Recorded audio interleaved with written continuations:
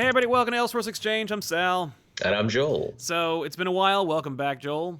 Thank you. Pleasure to be back. You're very welcome. I'm back. I'm glad you're back. I'm glad to be back. Glad to be doing a live show. If you're not familiar with this show, of course, you're welcome to ComicPOP. This is a channel where we talk all about comic books. Joel's over on his own channel, Cape Joel, where he talks about comics, does reviews, and so forth. This show, in particular, is fun because we're going to be pitching a DC Crisis. Which is, yeah.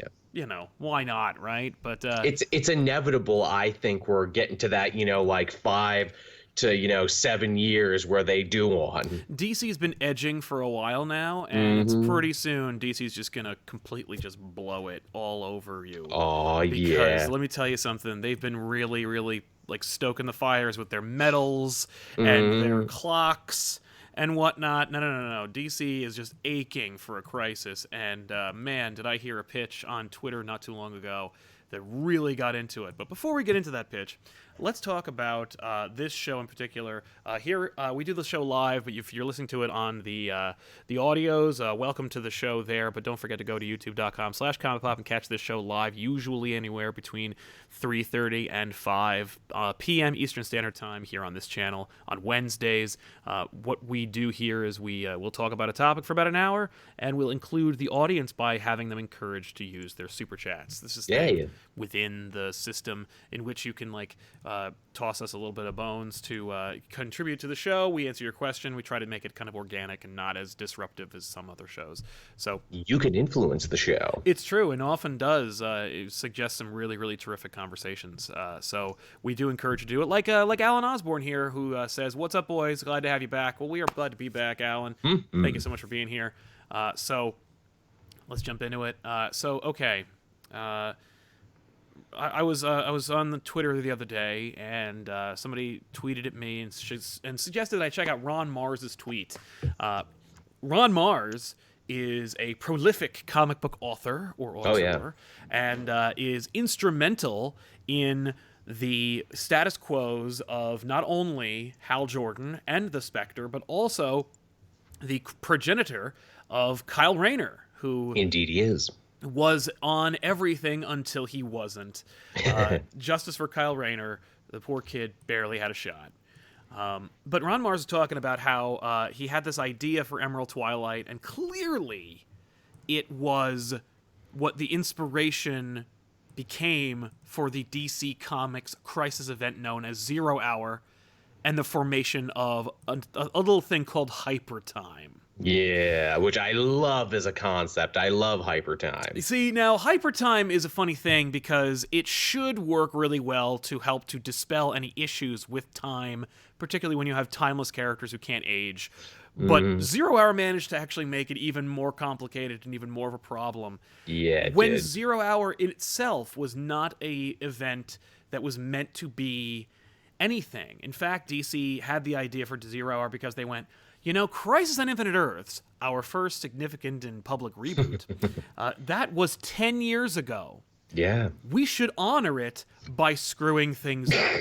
It's tradition. Right. Well, it becomes tradition, you see. At first, we gave it to Marv Wolfman and George Perez, and we were like, do something amazing and make everybody young and hip and cool. They did, and then they went, well, let's do it again. But we can't change things too much because people still really like it. Oh, yeah. So they created this thing called 0 Hour, which I am almost entirely convinced was inspired by the Ron Marz pitch for Emerald Twilight. Now, if you're not familiar with Emerald Twilight, first of all, if you're on this channel, you should go check out our Back Issues episode about it. Because it's a really fun episode. But we talk all about how the idea is that, Hal Jordan went nuts because Coast City was destroyed in a Superman event, didn't have agency over his own stupid status quo, freaked out, rebuilt Coast City with his power ring, made the Guardians, who are the largest hypocrites in the galaxy, piss themselves, and what do you mean I can't rebuild my city with my magic ring? Right, exactly. Now, that is something that he shouldn't have done, but at the same time, that was something that he needed to work through himself, and it really wasn't the Guardians' fault. Anyway, point being, The Guardians had a problem. It caused Hal to go over the edge. He nearly killed everyone in the Green Lantern Corps. Took all their rings and jumped into the battery and changed his costume, became Parallax. And then of course Jeff Johns went ahead and retconned that. So, anyway, that's the quick and dirty version. The idea here is that like Hal Jordan becomes a new bad guy. Yep. And that's kind of the original pitch, or rather what actually happened. Ron Marz's pitch was that apparently Hal wanted to create an entire Earth with his newfound power from the battery. Bit of an upgrade from building a whole city. Right, went from, no, why should I make like ghostly constructs when he can create an entire Earth as part of the multiverse? And why stop there? Why not also make this Earth kind of Silver Age, bring back Barry Allen, who was of course dead at that time and was way earlier than he was supposed to come back. Certainly, who was also his friend, and he knew him, and of course there was no plan to bring back Barry Allen back then. But the idea was for Hal to create an alternate Earth where he could live, and it could be simpler, or seemingly simpler. Mm. That like everything kind of stays where it is, and the idea was kind of to combat or react to the naysayers and complainers out there who were in full force back then, who were like, these books are getting kind of dark. Superman's dead, Batman's back is broken, Hal Jordan went insane. What are we doing here? What happened to the simpler times? What happened to the good old-fashioned superhero comics? All that stuff that I remember when I was a kid. And I feel like, what a great idea because of how metatextual that pitch is. It's like, I'm going to have Hal literally give the readers what they think they want, which would have inevitably blown into the Silver Age Earth that Hal created, battling with the Earth Prime from the Crisis on Infinite Earths. What a concept. Testing. Okay. Joel can't hear me, so I spent that whole time talking to myself. Let me go into my settings and change it up.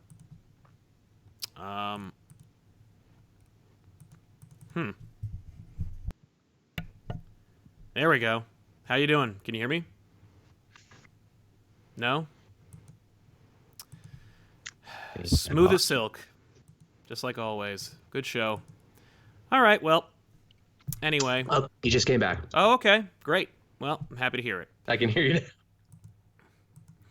now. What happened? What I missed? Yeah. Nothing. Oh, okay. Just Ron Marz's pitch that like basically these two Earths were gonna fight. Yes, which I read, which man, that sounds like a concept almost from today, doesn't it? That sounds a little bit like what is it, like incursions and everything? Earths will fight for the right to survive. Yeah, man. It sounds a lot like a smaller version of Convergence. Yeah. So that concept, it's so good, and it's actually has such like not real world but modern day applicability. That I'm just gonna steal from this great master of Ron Marz and completely fabricate a concept from there. Please do. Before we do, I just want to acknowledge the couple of super chats that came in while I was talking. From Will I Am Golden, sup guys? We're talking about crises pitches. Why don't we use Death of the Endless? Death is a great concept. Unfortunately, you don't really see her very much, and you need Gaiman's permission, or at the very least, you should have Gaiman's permission to use these characters. It's very rare. Because it's tacky to not do it. And again, we've seen what happens when DC tries to use characters that legally don't belong to them, what that turns into. Yeah. Now, they do own Morpheus and the Endless and Death and all that, but they also know how bad it gets when they don't understand what they're doing with those characters. But they're being tasteful with their inclusion. Yeah. Polish Gamer says, or GMR says, "Hey guys, wondering if you've seen Shazam. What are your opinions on it? And do you guys want to do a review of it? Specifically, Sal and Tiff, are you guys going to talk about it like you did with Aquaman?" We were going to do it, but we were super busy, and so as such, I dropped the Zdarsky interview instead of the Off the Rack episode, which is our review show. We might still talk about it, but we did talk about it on Weekly Poll just this past week. And I talked about it on my own show that went live just today with my other co-host, Matt, for Comic Multiverse, so if you want to check it out there. Yeah. So, we'll see. Probably not. Long and short, we liked it. Yeah. Chris Beck, hello guys. First, did you see Shazam? Yes. Second was to wondering if you could build a Crisis event around Shazam. How would it work? It would involve nothing but magic. Reportedly, Dark Knight's Metal was going to have a big surprise Shazam appearance in it, but couldn't do it because Jeff Johns wanted to use him.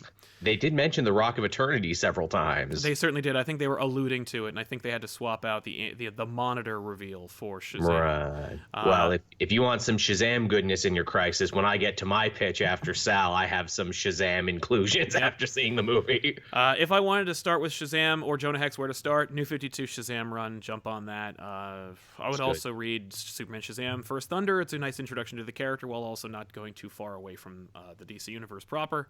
Yeah. And the Monster Society of Evil by Jeff Smith is a lot of fun too, even though solid. It's not technically like the most DC comic of all time, but you might enjoy it. Mm-hmm. Jack O'Connell says, not super into DC, but I'm here. Well, thank you very much for being here, man. As far as Jonah Hex goes, anything by Jimmy Palmiotti and Justin Gray, pre-New 52, and then All-Star Western all the way until it's done. Exactly.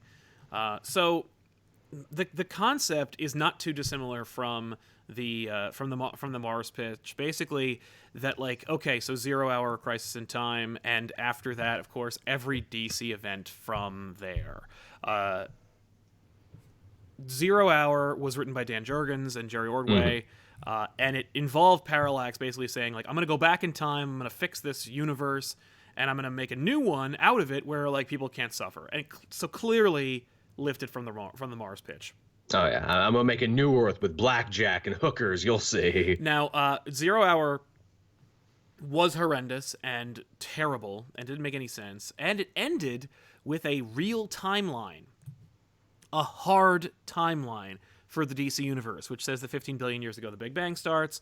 1938 was when the golden age of superheroes begins. 1940, JSA is formed. Superman was landed about 35 years ago. The heroic age starts 10 years ago, and so on and so forth. And so, like, today we got things like Bane and Azrael and Doomsday and stuff, and Guy Gardner Warrior. And the future, of course, like all those timelines that they mentioned, like the Legion of Superheroes, 31st century now, that kind of thing. But everything's kind of still set in stone, but firm, hard stance. Shazam shows up 4 years ago. Everybody else 10 years ago, that kind of thing. It's very but like for no reason hamstringing themselves into being like, this is the timeline. They printed a timeline, which is the worst possible thing you could do in a comic book that has a shared universe and a sliding time scale. They'll never make that mistake again. Right. DC will never mess with that again. Like, they'll never write themselves into a hole where they say specifically the year anymore. Or if they do, it is done by a stunt writer who will do whatever they want anyway. Yeah. Excuse me. So, okay. My pitch is simply this, because here's the thing. New 52 came out of Flashpoint. It did. Flashpoint was not supposed to be a crisis or an event. It instead became this thing that got sure wasn't. And became a sales juggernaut because New 52 was the time when they were like, yo, we're throwing everything away. It's all rebooting. So many people started taking notice around that time. I remember it was electric, you could say. It was an electric time. Got a lot of print in mainstream publications, and the sales cannot be disputed for how well the New 52 did. I think it's a big driving force to why I ended up covering comics online, because I'm like, ooh, a fresh DC start. Hey, this will be something to talk about. Seriously. But my point about the New 52 is simply that they weren't afraid to say that everything you read doesn't matter and it's all starting over again, regardless of the caliber of people we have working on most of these books. Except for Batman and Green Lantern, because they were always selling well, and we don't want to tick off those fans. Right. Even though they still did. They did. It's just that initially they were like, oh, we don't even know if it's going to work, so we just left it alone.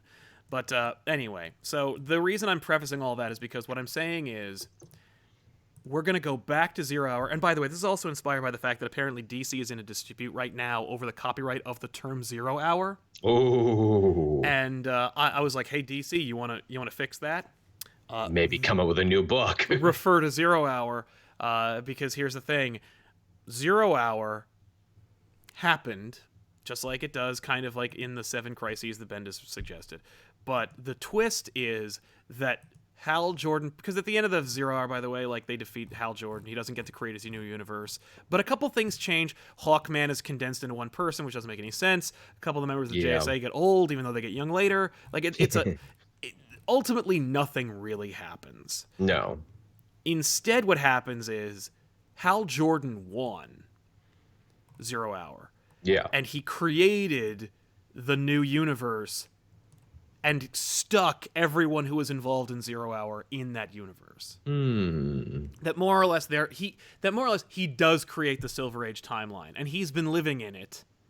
But the rest of them, his friends, are stuck in kind of like a pocket universe a la Heroes Reborn, where they all are kind of like trapped in this bubble where time does not affect them, which is why they're not getting older.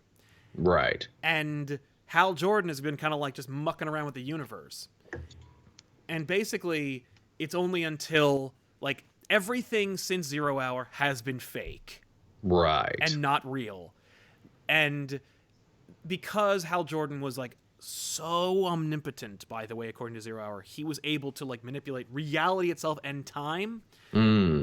He was able to trap characters like the Spectre and the Monitor and other things. And so as such, if everyone's stuck in this bubble with all of these other characters, but in a reality that isn't technically really reality, that everything that happens, all these events that have taken place since Zero Hour, are basically manifestations of their deep their deep subconscious understanding that everything they're doing doesn't matter and isn't real. Ooh, and we're so, into like, some Persona stuff. Yeah, so all the crises are reactions to their desire to change reality because they know they aren't really in the real world. Okay, and that's why they keep happening. Yes, why crises happen even shorter times. Oh, I like this. I like you giving a reason to this. Right. So everyone's stuck in this bubble. They've been like and because their own desire, their own will, their subconscious maybe like auto writing, auto working, inventing, and of course the subconsciousness of these omnipotent beings like the Monitor and so forth, created all this shit that makes it such that, like, Final Crisis and New 52, Flashpoint, all that crap happened. And so we have that, and that basically the next event that happens for real is Doomsday Clock. Right. That the only thing that can fix it is the actions of another omnipotent super god, being, Dr. Manhattan. So Dr. Manhattan is mucking around, and that's why, and it also gives credence to and explains why Doomsday Clock is so, like, nebulous in terms of who everybody is. Like why is everybody wearing their, like, original costumes? Why is Riddler in a onesie? Like, I don't understand. Like, there's a lot of, like, iconic versions of those characters. Oh yeah. That don't reflect their technically New 52 universe counterparts. Not at all. But some of them do, and that's what's so vexing. Like, the Tim Drake Robin costume is the old Tim Drake Robin costume, or I'm sorry, the new Tim Drake Robin costume from New 52. So it's got the Red Robin R's on them. Like, also, Nightwing is still Nightwing and Red Hood is still Red Hood, even though they're not right now. Right, exactly. So yeah, it also explains, like, all, like, why the Doom Patrol are involved and why they look like the Doom Patrol and all that stuff. I love that bit there. Hey, do you think these guys have a new popular television show or something? Why has the Doom Patrol suddenly been invited on this mission? Right, exactly. So that's the concept, and it's basically just like, okay, we've got to square this circle when it comes to these crises and everything. So ultimately the battle, by the way, so what's it called? Doomsday Clock. That's an event that still happens, right? Like, yes. Because it is technically still happening to these heroes. Like, it's just that Dr. Manhattan's the first real being to interact with any of them. Right, because he's strong enough to break on through. Yeah. So we don't touch Doomsday Clock. Jeff Johns gets to do whatever he wants. It's its own event. The events of Doomsday Clock don't really affect anything. The only thing that really happens is, at the end of it, as a postscript to Doomsday Clock, whatever happens, whatever the fallout is, they are at least one or two characters, I'm thinking Superman, but, like, Flash or whatever, but, like, one or two characters are awakened. Right. And And it ultimately boils down to a big battle between Hal Jordan, Parallax, and the DC universe. Because isn't that how all these stories end? Right. Because it also has to end that way, but also we need to reestablish the new universe. Mm-hmm, Like we need to establish that like reality will eventually come back into being, and right. you know, we have a new. It allows us to also kind of like fix a few things and solve a few problems. It also explains a couple things, redundancies, extra Wallies, all that stuff. Yeah. But it's a major event that you can call something like 0 Hour 2. I wouldn't, but you know, to save some money or to fight that legal battle, you have a book called 0 Hour. But rather, I'd call it something else. I don't have a pitch name for it yet, but but what's the what's like the Greek thing for zero? I don't know. Like the Greek symbol, call it that hour. Right. Zeta hour, I don't know. Yeah. I couldn't say. But anyway, so the pitch is that 0 Hour is like the only true event, which is kind of like a joke, like a meta joke. Right. But also when you do find Hal, he's more or less playing in the like Silver Age Happy Universe. Right. He's like playing superhero, or and this is another more. This could be another thing. Like Hal doesn't really leave. Like he is playing as Hal the entire time, and when things don't go his way or he doesn't like it, he just changes it. Right, so it becomes like a Twilight Zone episode. It's like you better behave in Parallax's beautiful Silver Age world, or he'll make you go to the cornfield again. Exactly. This also, by the way, could explain the Mr. Oz problem, because Mr. Oz like was really interested in these characters who were from the 90s, but then Jeff Johns wasn't editor anymore, and so as a result, like they just kind of threw that away. Boy, did they ever. Like you could say, no. Hal Jordan was doing that. Parallax was doing that. Do you really believe? No. Hal Jordan didn't become like he wasn't infected by a big silly space monster. He's a jackass. He just went insane. He had a psychic break, and no one tried to help him. Right, and no one could help him, and he had like this nigh omnipotent ability. So who was gonna stop him anyway? What would you do with that, short of killing him? Right, exactly. So there. That's the idea. It's more or less just like a big, like Hal Jordan centric event, but it doesn't have much to do. I guess the other implication is that like there are no real Green Lanterns because Hal used the power battery to activate whatever he needed in order to create or alter reality. So the fallout from it, of course, is you get to basically come up with a whole new pitch for the DC universe. You get to bring in a whole host of new creators, new blood, new designs that either refer to or just straight up are old school versions of those costumes, depending on how they feel when they come out. You know, when they wake up and they realize that like they're now finally in reality. Like, do they feel nostalgic, or are they like, I've had enough of nostalgia? Like, you just time to update this. Exactly.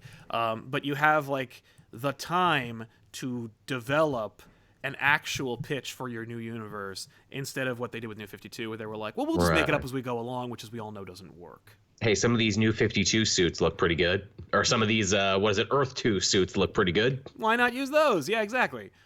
Plus, then you get to play with the idea of like, what has the DC multiverse or universe been doing in the absence of Earth Prime? Yeah. So you can play with all that. Like, there's all kinds of shit you can mess with as a result of that. Now, how many issues do you see this? Is this going to be like a 12-issue maxi series? Is this going to be like a 6-issue summer event? What's interesting is, like, I mean, like, you got to start it in the summer, which is too bad. Just because I don't like, you know, we've seen so many of them do that. Like, I would love to have done it sometime, like some other time. But in terms of sales, you got to sell it in the summer. If I were an editor, I'd be like, let's make it 4. Like, right. Really short.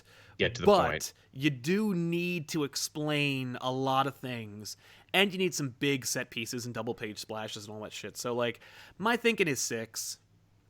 Like, make it 6 issues. Don't make it 9, 12, 100. Like, make it 6. Plus, you got plenty of tie-in opportunity for that. You can do, like, especially if you have the plan before the book is implemented. Like, Yeah. basically, you just wait until Doomsday Clock is over before you implement it, which means you have another year and a half, 2 years. Give or take. To really develop what you're going to do with the DC Universe. And you basically let everyone in on the plan, and then you go into your pitch room and you go, like, who wants a tie-in that's going to set up the new universe? Or that's gonna wrap up plot lines from those from the previous universe. Because here's the thing, we're still in the New 52 universe. Yes, whether people want to admit it or not. You can say, oh, but Superman fused. And no, but we still are, though. Right, but Superman fused. There was no explanation or any multiversal character who says the action of putting New 52 Superman and post-Crisis Superman in the same body made the universe affected. No. That's just that one story. But it had a butterfly effect, say people in my comment section. Yeah, for that family of characters and only when they remember it. Exactly. Because here's the thing. You know who doesn't know that? Anyone who's working on any of those other books. Sad to say. Which is so frustrating. And that's really the problem, is with your shared universe, you all need to be on the same page. Mm-hmm, so, and of course, like, there's an opportunity here to play with the whole, like, I remember things to be this certain way. I remember how simple comic books used to be and how characters used to, like, do, they used to be superheroes and they used to do this, that, and the other thing. So, like, you could really, like, meta up your story by critiquing the critics of your current universe or the previous universe and kind of, like, embellishing or putting too much stock in what came before, being like, no, naturally, the things weren't nearly as simple or as, like, pure as you remember them. Yeah, take off your rose-tinted glasses. Yeah, so there you go. That's it. Emerald Crisis would be my pitch. That's a good one. But there you have it. Before we move on, I want to jump into the super chats because we amassed quite a few of them. But Mr. Roboto says, you been? Where you been? I feel like the wizard waiting for Orphan. That's funny. We've been busy, man. Caboose 111 says, Crisis pitch, Batman and the League become the overlords of Earth and Red Hood forms a team to stop them. Bit cliche, but it'd be fun seeing Red Hood as an anti-hero saving the world. That's basically Nightwing New World Order. Yeah. But Red Hood New World Order, I suggest you pick up that book because it's a lot of fun. It is. Al Higgins. But Red Hood being, like, an anti-hero, like, basically just read Future's End, but replace Grifter with Red Hood and you have a book. There you go. That's basically it. Aura Force, don't always make the live stream, but just wanted to show some love. Thank you very much, Aura Force. I'm glad that you were able to make it this time around, but I'm sorry if you couldn't stay. Ollie Roger, here's my pitch. The universe is threatened by a being known as the Editor, whose diabolical plan is to make continuity matter. That is called Final Crisis. Yes. The Dark Monitors or whatever are all vampiric editors who want to change what your pure stories are all about. So yeah, literally that is a book, and it was written, of course, by Grant Morrison. Mr. Roboto says the idea to use the Spectre as the Wrath of God on Manhattan. I think we saw is the Spectre in Doomsday Clock? I thought I saw him in it, but, like, no, because Spectre wouldn't work because he was part of the JSA, and the JSA doesn't exist. Right, but okay, I was gonna say, wasn't he? But I know he's been referenced numerous times before this. Whenever they're like, oh, shockwaves in the magical universe. Yes, absolutely. I do like that idea, but that would also have to presuppose that God exists, and Dr. Manhattan does not believe in God. Yeah, that's a big thing. I feel that's what stops the Spectre from coming back every so often. Mm-hmm. And Taylor Pester says, big question is, how will there be any tie-ins, and if so, how many? You need tie-ins because you need to bolster the sales of that book. And the reality is, like, you have as many as Convergence had. Because Convergence was able to tie up loose plot threads from previous timelines. Yes, the entire line just became Convergence books. Yeah, and that's not a bad idea. I would do that with Emerald Twilight. I would Convergence the shit out of it. I know that sounds like blasphemy, but the reality is, like, not only do you have gorgeous Chip Kid covers, but you also have, like, this opportunity to give, like, you could let Scott Lobdell just literally do anything he wants with the Red Hood. Be like, do anything you want. No restrictions, because it doesn't matter. Yeah, because we're just going to put it back later. Hell, maybe he didn't make it out of this. Like, that kind of thing. Like, do anything and everything with him. And anyone. Like, Just League Dark, friggin' Just League Odyssey, everything. All of it. Like, just Just balls to the wall. Go nuts. Go nuts with all of that. Hell, bring back Mr. Bloom for all we care. And Gorgonfish says, I've always wanted to see an Elseworlds where Abin Sur lands in Smallville and John Kent becomes the first Green Lantern, and then Hal the second. I love that idea that Jonathan Kent becoming a Green Lantern. That's hilarious. That'd be fun. They find this crashed alien ship, and then they Jonathan Kent, you'll have to do. That's fun. That sounds like a classic Elseworlds. I'm surprised that hasn't been written. Yeah, that feels like. What's funny is I was actually looking at an old list of all the Elseworlds books. There are so few that aren't Batman.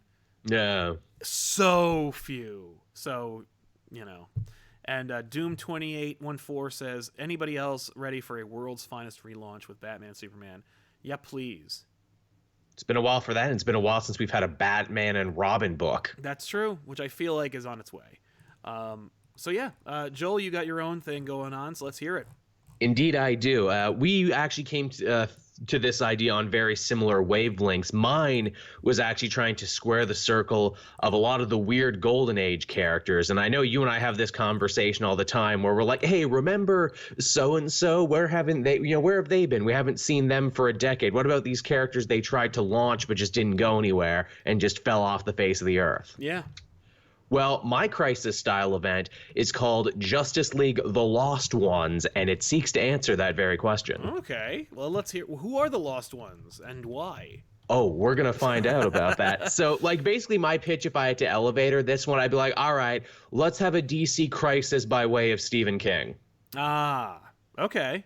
Would be my pitch. And the idea is that one day after a big battle, the Justice League, they save the world from, I don't know, like a tornado or an earthquake or some shit. Mm-hmm. And out of the rubble comes the Mad Monk. Now, remember the Mad Monk? Vaguely. Mad Monk is a really, really obscure-ass Batman villain. Everyone kind of knows him because I think he, fought him in, issue 2. Oh, okay. He's one of the earliest DC supervillains, crazy obscure. No one has done anything with him, but he exists as a hallmark of oh, remember that guy? Yeah. I know who you're talking about now. Yeah, and he shows up just raving, being like, I've been there, I've been to the other side, I've been to the other side of the mirror, and they're gonna kill me for it. Mm-hmm. And they're like, what the hell are you talking about? And even Batman kind of has a moment of I kind of remember this guy, and he has to go through his files, and it's oh, he's not on the computer, oh, he's on the hard copies, he's on files and paper. I don't remember writing these. Mm-hmm. Yeah. Oh, okay. Because it's back from the Golden Age. Batman's well, this is clearly my handwriting. I clearly did this. Right, exactly, but I don't remember writing it. But I don't remember writing this, but, you do exist. You do have a file. And the Justice League has to end up protecting Mad Monk because he's being hunted down by this crazy cult called the Glass Men. Okay. And the Glass Men wear these really slick reflective robes and masks that are all cracked mirrors. Okay, all right. And they want to kill him with big pieces of glass. Again, they're very they're very creepy. We'll have jock design these guys. Oh, okay, sure, yeah. They'll be really freaking horrifying, and they're we gotta kill the Mad Monk. The Mad Monk knows too much. He's given away our secrets. And what we eventually discover is that the Glass Men worship a being called the Fisher. Okay. And the Fisher is an extra-dimensional creature that every time there is a crisis, that causes cracks in the universe. Right. And the Fisher reaches on through and takes Golden Age characters and Silver Age characters and weird background characters no one talks about, and he disappears them. Okay, all right. Do you like the Langoliers, Sal? Mm-hmm. Oh, I'm all too familiar with the Langoliers. The Fisher is the Langolier of the DC universe, only instead of eating time, it eats continuity. Right. Yeah. No, that's it. It cleans up continuity, it eats it, and it disappears them to their realm. And up until now, it's only been disappearing forgettable characters. Again, your Golden Age, your Silver Age, your Aunt Harriet's, your weird side characters. Yes, exactly. But now that the Justice League know the Fisher, now that they know its name, kind of like a Voldemort thing going on here, once you say its name, it starts disappearing important characters like Batman and Superman. And by the end of what I'm thinking, this is going to be like a weekly series that's going to run for a month. Okay, like a 52. Like a 52, exactly. And by the time the first arc is over, every AAA character, if you have a book and if you've been relevant in the last 10 years, you're gone. You've been disappeared by the Fisher. Okay. And this causes complete anarchy in the DC universe because now the second string Justice League has to step up to, kind of keep order. Right. That's why I likened it to 52, because I'm like, there's because the A team is gone, the second stringers have to step up, which of course is like, here's the deal: 52 was such a successful series, despite like it starring Booster Gold and like the Question and so forth. And it became like the number for DC forever. Yeah. So like, like before you scoff at the idea of the D-listers or the second stringers like saving the universe and being the central focus of a crisis event, they already have. I'm also taking a lot of reference here too from Avengers No Surrender as well. Naturally. Oh yeah, sure. So, instead of Batman, you got Green Arrow, you got Black Canary, the Atom, Vixen, Vibe, Firestorm, characters where it's like, all right, so when this is done, these characters are going to get solo titles, so let's really work with them here, and we're going to spin them off. Where it's like, yeah, Batman, Superman, Wonder Woman, they're evergreen, but let's try and have, a Green Arrow book that sells super high, or a Vixen book that sells super high now. Right, exactly. Let's remind these people why they're so great. And again, this would lead to tie-ins too, special one-shots where the characters have to keep peace. Because again, it's not just the heroes who disappeared. Villains have disappeared too. Oh, sure. No, yeah. So this has created huge amounts of anarchy. And, obviously chaos is a ladder for these guys. So I imagine where it's like, all right, Captain Cold realizes that he's the only member of the Rogues left in Central City. And he's like, well, this is bullshit. I'm going to Metropolis. He takes over Intergang, and then we get Kingpin Captain Cold. Okay. Why not? The number one criminal in the DC universe. And then, you got guys like Bronze Tiger. It's like, oh, Ra's al Ghul is gone. All these ninjas are running amok all over the world. Okay, I'm the leader of the League of Assassins now. You listen to me. Yeah, why not? And Cheshire, Deathstroke is gone. Deadshot is gone. All these assassins, people still need to die. I guess I'll do it. You could really play with Suicide Squad, by the way, because of the like the finality of their name and the fact that like you could basically turn it into like a Giffen and DeMatteis like meta book. Oh yeah, and you do some magic stuff too, where it's like, oh, Dr. Fate is gone, all the Lords of Chaos are gone. Hey, me, Dr. Savannah, I'm a Lord of Chaos now. Right? Yeah, giving them new status quos and upgrades so that they are first tier baddies. Oh yeah, and when we inevitably put it back, that'll be a big thing too, where it's like, well, obviously Lex Luthor is not going to like the idea of Captain Cold running Metropolis. Oh yeah, no, naturally. So he's going to scratch and claw and try and get his stuff back. Yeah. The trick will be to not immediately have like Captain Cold be assassinated by like a random Lex Luthor like flunky because somebody desperately just wants to keep writing about Lex Luthor. Totally. You have it be like, no, I prepared for this. I knew you'd be coming back. Yeah. And again, we move on with the story here. We eventually find out that the Glassmen, this weird cult, we make a big deal that they all get unmasked at certain points. Sure, yeah. And we discover that they're actually forgotten Golden Age villains too. Naturally, that's what I figured. Is that like they're looking for justice, or that they're agents of. Yeah. Ooh, it's more complicated than that. But yeah, again, we make this like a who's who of forgotten Golden Age characters. You get like Paul Sloan, the guy who was actually the first Two-Face. Right. Yes, I remember him. You get guys like Von Gunther, who's like, hey, remember when there was a lot of Nazis, and remember when superheroes only fought Nazis for a little bit? Yeah, exactly.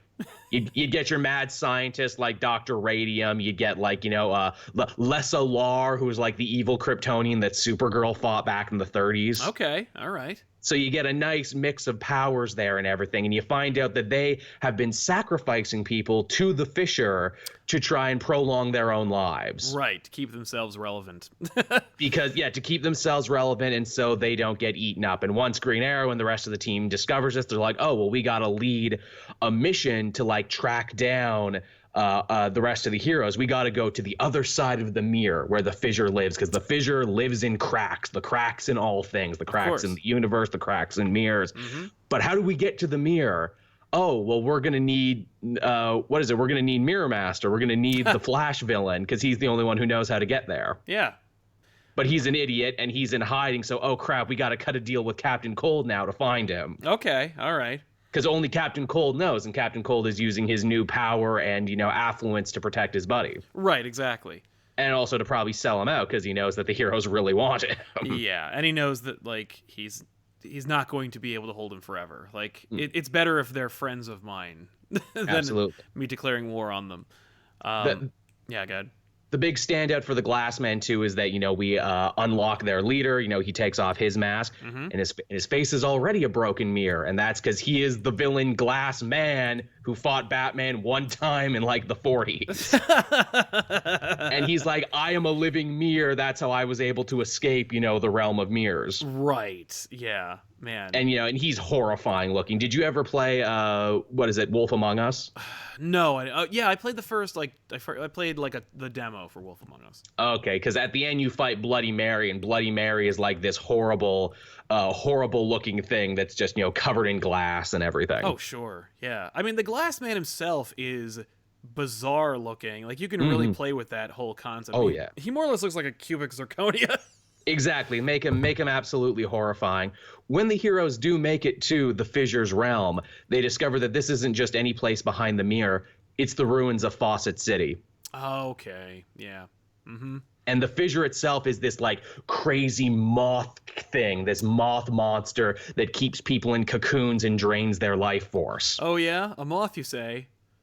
A moth, yeah. What did he manifest from? We'll get there. So here's the thing. So they try and fight off this creature, and it's like, it's unstoppable and everything. It's like a Lovecraftian horror. Sure. As it would normally be. And they see the cocoons there, and this is where you get into interesting tie-in territory. Okay. Because it's so many forgotten characters. It's like, characters from across the spectrum. It's like from lines of comics that DC owns but doesn't do anything with. So it's like, hey, here's all the Warren Ellis Stormwatch characters. Right. This is where they've been. Yeah. Here are all here's Gen 13. Yeah. They're sitting in cocoons getting drained. You even make it like this happens across time, where it's like, oh, here's Jonah Hex and Sergeant Rock. Right. Yeah. They're all here too. And the big twist, this would be like in the middle of the book, one of the cocoons opens up, and out of the cocoon falls the Mad Monk. Right. But wait a minute. Yeah, but wasn't he the catalyst for this? Was he not the catalyst for this? And the Mad Monk is completely reborn. He's young now. He's got a new costume. Uh-huh. He's young and hip. He's got current facial hair. Exactly. He's young and hip. Here's the thing. The Fissure doesn't eat characters that it takes. The Fissure recycles continuity. Right. It doesn't eat it. It protects them and watches over them until they are ready to be reborn and rejoin the universe. Mm-hmm. Yeah, nothing ever truly dies here. No. You're only reborn. Exactly. The Fissure isn't evil, but something has been starving the Fissure. That Mad Monk was not the Mad Monk at all. That was someone pretending to be him. Oh, okay. That was Mirror Man, Mirror Man, who is a weird creation of Amadeus Arkham, who I think he offhandedly mentioned once, and the idea being that he has like the narcissist disorder. Okay, yeah. He got sent there very early on, but refused to be recycled because he's like, no, I'm beautiful and perfect, and I refuse to die. Yeah, he by the way isn't everybody. If you haven't ever seen the Mirror Man, like he basically looks like a gross Dr. Savannah. Yeah, but with like little hilarious glasses and the worst bowler tie. Yeah, he refuses to die, and because he has power over mirrors anyway, he was able to escape and set all this in motion. He's starving the Fissure because he's set up a whole, contraption to take the power of the current DC universe into himself so he can live forever and be eternally beautiful forever. Naturally. Okay. And so the heroes are like, crap, not only do we need to defeat this bad guy, but we also need to like set the universe back in order now that we have a better fundamental understanding of how it actually works and how that messes with their heads of being like, oh, so we do this over and over again, and the universe is often rewritten over and over again. Yeah, and now I assume that you have to do it where it's like it's a secret, or their minds are wiped, or someone vaguely remembers what happens, because you can't. It would be tough to have Batman like deal with the existential crisis of realizing that, like he's been that like. People die or get reborn or disappear, or I've been 32 for like how many years? Exactly. And you have that moment, and then at the end it's like Martian Manhunter and Zatanna get together and they're like, all right, everyone come together, we're gonna do the Men in Black 3 wipe your mind, because this is way too much shit. Right. But yes, that's basically the long and short of my story there. That would be like a month. You'd have interesting tie-ins to be like, okay, how did these Golden Age characters show up in this universe? What was their last moments? Right, exactly. And again, you make it a crisis about crises. Exactly. That's the best kind at this point, because like nowadays, resetting the universe is such a like trope that like there's no point in doing it unless like either you're actually fixing something or you're talking about how fixing something is like how cavalier we are about rewriting people's lives. Yeah, and again, this could be like a perfect thing too. This could be like your what is it, like that Marvel moment they never capitalized on, to where it's like, okay, so every character who's ever been or ever has been is here in the Fisher's care. Okay, who do we want to bring back with us? Right, exactly. Who do we want to wake up and bring back? Yeah, or who stows away, or who who would do anything to leave. Yeah, exactly. So yeah, you have a really cool war among the Forgotten. Absolutely. And then, this could be a way, again, a nice soft reboot is what it is, to where it's like, all right, so we all come back, everyone gets new number ones. Yep. Everything continues, but the universe is different now, where it's like, oh yeah, so Captain Cold is in control now and all this other stuff is happening, and how do we fix this? And that would be like the next year's worth of stories. Yeah, so it's technically metaphysical, but it's more like a crisis in Identity Crisis, where it's more like we're just changing the status quo. We're not exactly, and maybe we'll bring a few people with us, the way that Secret Invasion was supposed to be, like just like that. Where it's like it's story driven, but like if we need to retcon anything, we can. And plus, now we know this place exists out here as well. Yeah, you can use it like the way that Raish uses the Lazarus pits. Like somebody dies or someone's about to die, and they're like, and then Flash, like Strong Arms Mirror Master to take them to the dimension, and then like reborn. Like, listen, if you like Iris is horribly hurt, and he's like, listen, if you do this, she will not remember you. Yeah, exactly. She will be completely new. And I like the idea too that the fissure like is only semi-intelligent. It's like a bee doing its job. Right, exactly. It's just auto doing it. Yeah, you can't reason with it, but you can anger it, so don't do that. Right, exactly. Now that's And don't starve it either, or it'll just start taking everything. Exactly. Yeah, because it will defend what it does. Yeah. That's dope. What do you call it? Justice League: The Lost Ones. The Lost Ones. Okay. Dylan Gupta Cassidy. Spectre was in Gotham by midnight, and here's my pitch: is that Batman Who Laughs takes down all of the Justice League except for the Bat Family, so it could be a smaller Bat Family crisis. We're basically getting that right now. Yeah. Joshua Wright. Hey guys, here's a pitch: Crisis in Gotham. Batman framed for murdering Gordon. The rest of the Bat Family tries to bring him in while proving his innocence. Literally, that is a book called Batman, called Bruce Wayne Murderer, and then Bruce Wayne Fugitive.